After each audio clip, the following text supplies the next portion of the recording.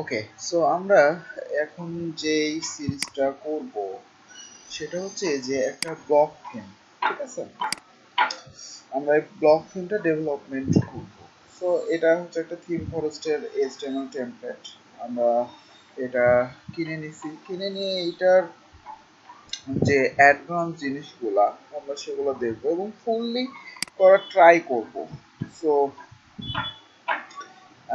আমরা এখানে যেরকম অ্যাডভান্স কি কি জিনিস দেখতে পারি, যেরকম আমরা কাস্টম উইকেট বানাবো, তারপরে এই যে এখানে সার্চ, এটা সিম্পল সার্চ, খুব বেশি কঠিন কিছু না, বাট এই যে মেনু আমাদের, ঠিক আছে, মেনু যে এরকম কিভাবে করব, এই যে মেনুর পরে পরে একটা করে স্ল্যাশ আছে, এই জিনিসগুলো আমরা কিভাবে করতে পারি। তারপরে আমরা হচ্ছে যে এখানে একটু নিচে আসি, দেখি যে ব্লগ পোস্টের সাপোজ আমাদের প্রত্যেকটা ব্লগ পোস্টের এই যে আমাদের কমেন্ট গুলার ডিজাইন দেখেন এরকম আছে। সো আমরা একটা কাস্টম কমেন্টস এর ডিজাইনটা কিভাবে এখানে বসাতে পারি, তারপরে রিপ্লে দিলে যেন সেটার ফর্ম আমরা কিভাবে কাস্টমাইজ করতে পারি, এই যে এটা, ঠিক আছে।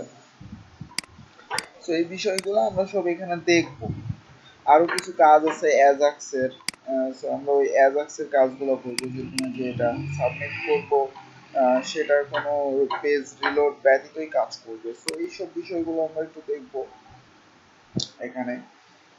সো আই হোপ যে এখান থেকে অনেক কিছুই অ্যাডভান্সলি কিছু বিষয় আছে এগুলো শিখতে পারবেন, ঠিক আছে। সো এই ভিডিওর আমি কিছু জিনিস অ্যাডভান্স যেগুলো এগুলো আমি একটু ইউটিউবে দিব না এগুলা, যদিও তারপরেও হচ্ছে যে আপনারা কেউ যদি চান পার্সোনালি তো আমাকে নক করেন, ঠিক আছে। আমি ইউটিউবে ফুললি সবগুলা দিব না, বাট বেশ কিছু জিনিস করে আপনাদের প্রবলেমগুলা যদি হয় তো সলভ করে দিব এগুলা, ঠিক আছে।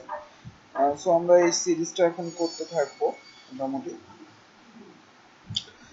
সো আমরা নেক্সট থেকে সেট আপ থেকে শুরু করে সব জিনিস স্টেপ বাই স্টেপ এই টেমপ্লেটটা আমরা থিম করি আমাদের পার্সোনাল থিম হিসেবেও আমরা যেন ইউজ করতে পারি এটা, ঠিক আছে। সো নেক্সট আমি সেট আপ করে সব কিছু শুরু করব।